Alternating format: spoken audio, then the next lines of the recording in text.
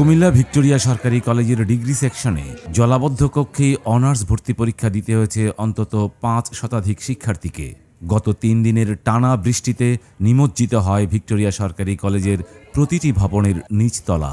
আজ শনিবার সকাল ১০টা থেকে জাতীয় বিশ্ববিদ্যালয়ের ভর্তি পরীক্ষা থাকায় সেসব নিমজ্জিত কক্ষেই ভর্তি পরীক্ষা দিতে হয়েছে শিক্ষার্থীদের। শিক্ষার্থীরা জানান, বৃষ্টির পানিতে পা ডুবিয়ে পরীক্ষা দেয়া খুবই বিরক্তিকর। পানিতে পা ভিজিয়ে পরীক্ষা দিতে গিয়ে মনোযোগ হারিয়েছেন অনেক শিক্ষার্থী।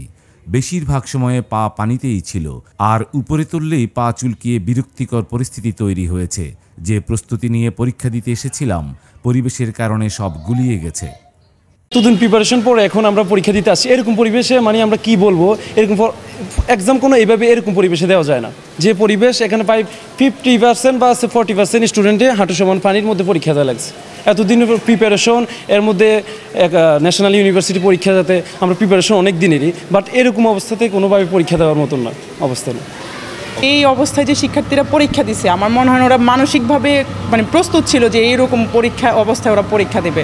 সেজন্য মনে হয় না যে ওরা এতটা ভালো করে পরীক্ষা দিতে পারছে। যতই ওদের ভালো প্রিপারেশন থাকুক না কেন, ওরা হাঁটু সমান কোমর সমান পানিতে বসে পরীক্ষা দিছে। চুলকানি তো আছেই, তাছাড়া এই পানিগুলোতে সাপ বা নানা ধরনের পোকামাকড় তো ছিলই। তো আমার মনে হয় না যারা নিচে বসে পরীক্ষা দিছে ওরা তেমন ভালো করে পরীক্ষা দিতে পারছে।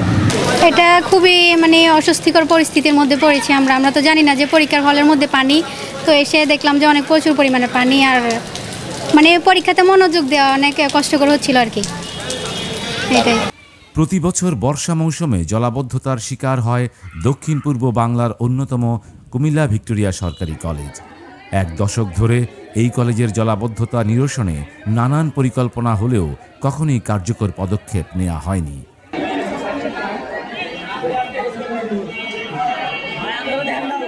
কুমিল্লা ভিক্টোরিয়া সরকারি কলেজের অধ্যক্ষ প্রফেসর মোহাম্মদ আবুল বাশার ভূঁইয়া বলেন, কুমিল্লা ভিক্টোরিয়া সরকারি কলেজের ডিগ্রি শাখার জলাবদ্ধতা বিগত 20 বছরের সমস্যা।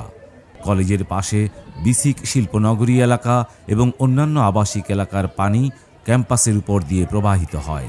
শিক্ষা প্রকৌশল অধিদপ্তর এবং কুমিল্লা সিটি কর্পোরেশনকে উদ্যোগ নেওয়ার কথা জানানো হলেও তারা জলাবদ্ধতা নিরসনে কোনো কার্যকর পদক্ষেপ নেননি।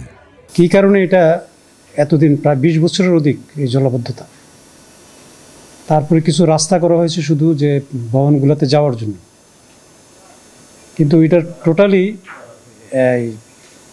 যেই কারণটা জলাবদ্ধতা হয় সেই কারণটা চিকিৎসা অনুপস্থিত। কিন্তু বাহিরের পানি আমি যতই টানি না কেন, বাহিরের পানি আমার এখানে ঢুকে যায়। তো সেটার জন্য আমরা বরাদ্দ চেয়েছি এবং ঢাকা থেকে ঢাকা চিফ ইঞ্জিনিয়ারের সাথে কথা বলেছি, শিক্ষা প্রকৌশলের, তারাও এসেছে, জরিপ করে গিয়েছেন, এবং এখানে আমাদের ভবন নাই। কুমিল্লার কাগজ, নিউজ ডেস্ক।